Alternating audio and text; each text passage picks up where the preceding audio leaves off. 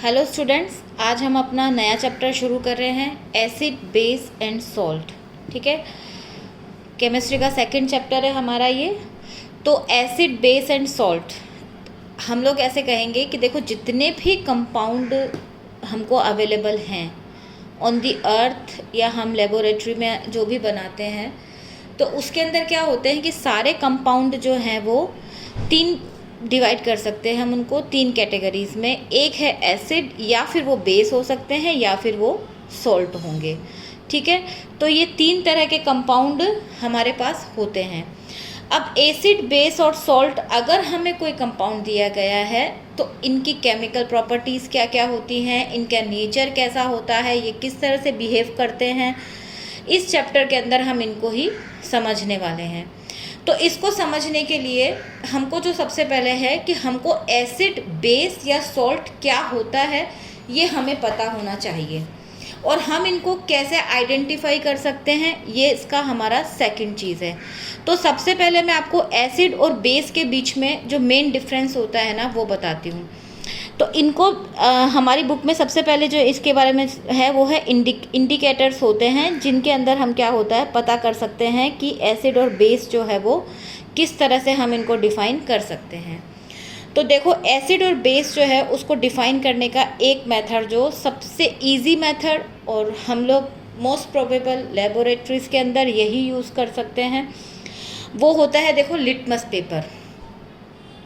Litmus paper दो तरह के होते हैं, एक होता है ब्लू लिटमस पेपर, एक होता है red litmus paper.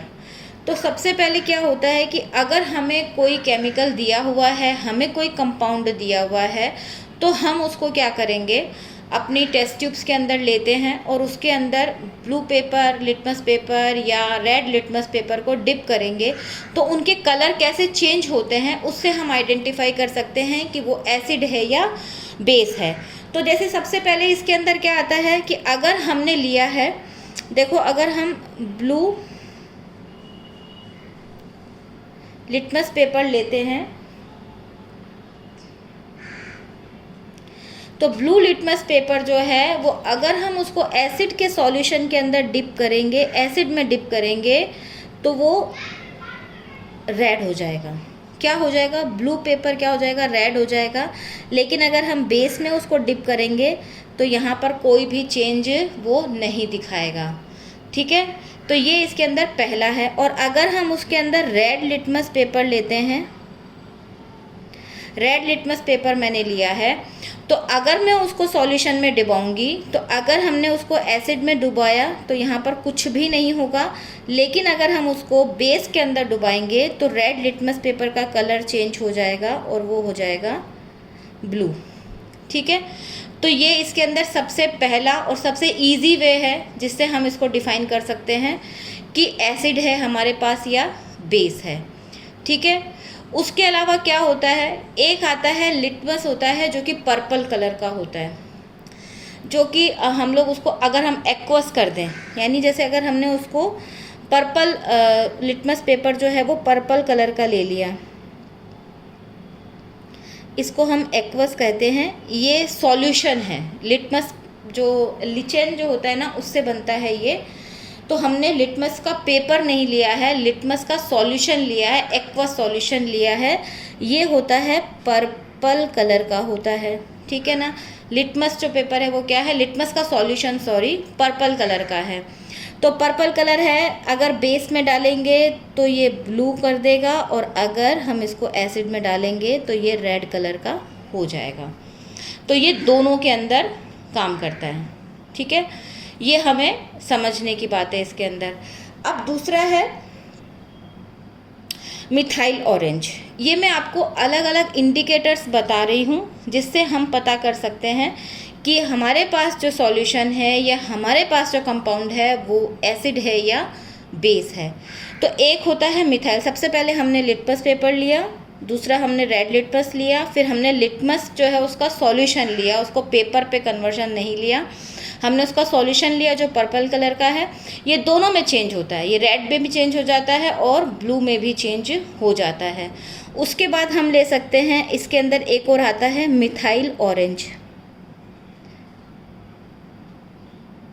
Methyl orange है। मिथाइल ऑरेंज जो होता है ना, ये ऑरेंज कलर का होता है, ठीक है। तो मिथाइल ऑरेंज को जब हम सॉल्यूशन में डालते हैं तो सेम कलर में चेंज होता है, जैसे कि ये येलो कलर में चेंज हो जाएगा। अगर हम उसको बेस में डालते हैं तो ऑरेंज से ये थोड़ा हल्का, यहाँ पर ऑरेंज कलर है और ये थोड़ा हल्का हो गया, येलो कलर का हो जाएगा। और अगर हम इसको इसमें डालते हैं तो ये फिर यहाँ पर आकर के फिर से रेड कलर का ही सॉल्यूशन बनाता है। तो ये हमारा मिथाइल ऑरेंज हो गया। इसके बाद हमारे पास एक और होता है जिसे हम कहते हैं फिनोफ्थलीन। फिनोफ्थलीन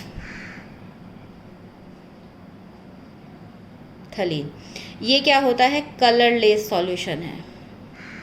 ये सॉल्यूशन कैसा होता है? कलरलेस होता है। तो अगर आप इसको एसिड में जाएंगे ना तो ये यहाँ पर भी कलरलेस ही रहता है, यानी एसिड में डालने से इसके अंदर कोई चेंज नहीं शो कर रहा है ये। लेकिन अगर आप इसको बेस में डालेंगे ना तो ये पिंक कलर का हो जाता है, ठीक है। तो ये यहाँ पर क्या किया, इसने अपना कलर का चेंजिंग दिखाया हम लोगों को, ये पिंक कलर का हो गया। उसके बाद हमारा पास आता है ये सॉल्यूशंस जो हैं हम लोग कर सकते हैं। अभी देखो हमारे पास, जैसे हम किचन में हमारे पास टर्मरिक होती है, हल्दी, ठीक है ना, ये टर्मरिक है। तो टर्मरिक जो है ना वो थोड़ा एसिडिक है, तो एसिड में जाने पर इसका कुछ भी नहीं होगा। एसिड में अगर हम इसको डालते हैं ना तो यहाँ पर कोई डिफरेंस शो नहीं करता। लेकिन अगर हम इसको बेसिक सॉल्यूशन में डाल दें तो ये किस कलर का हो जाता है? देखो हल्दी कैसे कलर की होती है? हल्की ऑरेंजिश और येलो कलर का होता है। तो ये क्या कलर आ जाएगा? रेड ब्राउन कलर की हो जाती है ये, ठीक है। जैसे कि अगर हम, आप समझ लो कि जैसे सोप सॉल्यूशन है, हमने, आप देखोगे आप कपड़ों पर आपके हल्दी लग गई और अगर आप अपना कपड़ा वॉश करने के लिए डालते हैं तो क्या होता है, सोप सॉल्यूशन में जाकर के, क्योंकि सोप क्या है, बेस होता है, तो ये बेस के अंदर जाकर के रेड ब्राउन कलर अपने को देने लगता है। तो ये टर्मरिक से भी हम इसका टेस्ट कर सकते हैं। ये सब ऐसे हैं जो हमें हमारी डेली लाइफ में मिलते हैं। जैसे एक रेड कैबेज आती है, पत्ता गोभी जिसे हम कहते हैं, तो एक आती है ग्रीन कलर की जो हम खाने में काम में लेते हैं। और आपने देखा होगा आजकल एक रेड कलर की कैबेज भी आने लगी है, ठीक है ना। इसका वैसे कलर कैसा होता है? रेड होता है। तो जब आप इसको बेसिक सॉल्यूशन में डालेंगे ना, बहुत बड़ा चेंज दिखाता है, ये ग्रीन कलर का हो जाता है, समझ आया? ये ग्रीन कलर हो गया। और अगर आप इसको एसिडिक सॉल्यूशन में डालेंगे तो ये रेड ही रहता है, ठीक है। तो ये ऐसे सॉल्यूशंस हो गए जिनसे हम पता कर सकते हैं कि हमारे पास जो कंपाउंड है वो एसिड है या बेस है, ठीक है। इसके अलावा क्या होता है, एक इसके अंदर आपको एक और बताया हुआ है, ऑल्फैक्टरी इंडिकेटर, ठीक है ना। ऑल्फैक्टरी इंडिकेटर क्या होते हैं? देखो कोई भी चीज़ को जब हम पहचान करते हैं,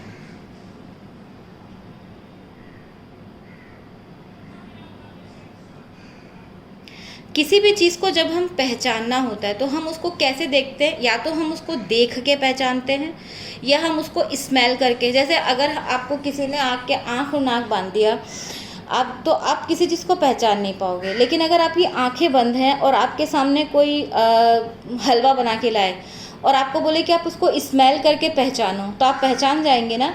तो कई चीज़ें ऐसी होती हैं जिनको हम देख के भी पहचानते हैं और कई चीज़ें ऐसी हैं जिन्हें हम स्मेल करके भी पहचान सकते हैं।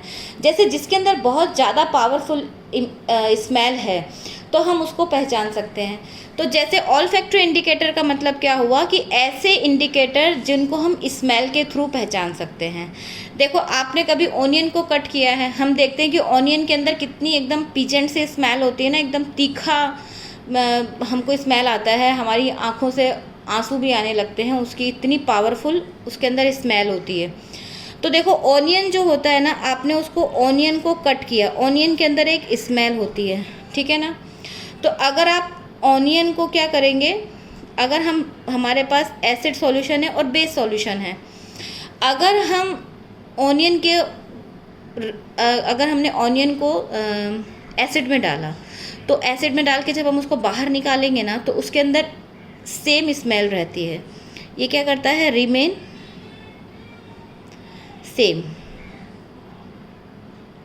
सेम ही रहता है ये। लेकिन ऑनियन की स्मेल जो होती है, अगर आपने उसको बेस में डाल दिया ना तो आप उसको डिटेक्ट नहीं कर सकते, ठीक है, आप उसको डिटेक्ट नहीं कर सकते, इतनी पावरफुल स्मेल है। यानी अगर आपके सामने प्याज कटा हुआ है लेकिन वो बेस में है तो आप उसको स्मेल नहीं कर पाओगे। आपके सामने लेके आएंगे तो आपको पता ही नहीं चलेगा कि यहाँ पर स्मेल है कि नहीं है। इसी तरीके से जैसे वनीला एसेंस है, हम लोग अपने घर में केक बनाते हैं या अगर हम बाज़ार से भी केक लाते हैं, कुकीज़ लाते हैं, तो हम देखते हैं उसके अंदर एक वनीला का स्मेल है, हम उसको पहचान जाते हैं। आइसक्रीम्स में वनीला बहुत एक हम लोग सबका फेवरेट फ्लेवर होता है, तो ये वनीला जो होता है ना उसकी भी एक बहुत ही डिस्टिंग्विश स्मेल है, इसको हम आसानी से पहचान सकते हैं। लेकिन सेम है कि यहाँ पर भी अगर आप उसको वनीला की स्मेल को अगर आप एसिड के साथ मिक्स करके रख दो तो वो सेम ही स्मेल देता है, उसके अंदर कुछ भी चेंज नहीं होता, हमें स्मेल आती है उसकी। और अगर हम उसको बेस में डाल दें तो वो सेम वापस से हम उसको पहचान नहीं सकते, वो हम उसको पहचान नहीं पाएंगे, ठीक है। तो ये हमारी देखो, ये हमने देख के पहचाना, ये हमने स्मेल करके या सूंघ करके पहचाना, और तीसरा जो है हम क्या किस चीज़ से पहचान सकते हैं, टेस्ट करके पहचान सकते हैं। तो देखो तीसरा जो है वो टेस्ट आ जाता है। तो ये हमारी 3 तरह से जो भी हम पहचान सकते हैं वो हम बता रहे हैं। तो देखो एसिड जो है ना, अगर आप उसको टेस्ट करोगे तो एसिड जो है उनके अंदर कैसा टेस्ट होता है, खट्टा टेस्ट होता है, सार टेस्ट होता है उसके अंदर, हमें खाने में थोड़े खट्टे लगते हैं ये। अब जैसे एसिड जो है ना, जैसे वीक एसिड्स होते हैं, जैसे कि टार्ट्रिक एसिड हुआ या विनेगर हुआ, आप उसको टच करके आप उसको मतलब खा के देखो तो आपको लगेगा कि वो हल्का सा खट्टा टेस्ट है। और अगर हम बेस को पहचानेंगे, ये एसिड है और ये बेस है, बेस में क्या होता है, बिटर टेस्ट आता है, कड़वा टेस्ट देता है, ये हमें बिटर टेस्ट आता है इसके अंदर, कड़वा। तो ये हम इनकी टेस्टिंग यानी हम इनको खा के इनको टेस्ट करके भी हम पहचान सकते हैं कि अगर खट्टा टेस्ट है तो वो एसिड होगा, और अगर उसके अंदर कड़वा सा टेस्ट है तो वो कड़वा टेस्ट है तो वो देगा हमें पता चलता है कि वो है बेस। तो ये हमारे 3 तरह से हमने इनको इंडिकेशन पहचान लिए, ठीक है ना। अब हम इसके अंदर आगे हम जो इसके अंदर फर्दर जो हम डिटेल पढ़ने वाले हैं वो हम बताएंगे। सबसे पहले इसके अंदर कि एसिड और बेस जो है उनके अंदर स्ट्रॉन्गनेस और उनका डाइल्यूशन या वीक एसिड या सेम एज अ बेस, इनका आगे हम फर्दर केमिकल प्रॉपर्टीज़ और आगे सब कुछ पढ़ते हैं, वो नेक्स्ट वीडियो में।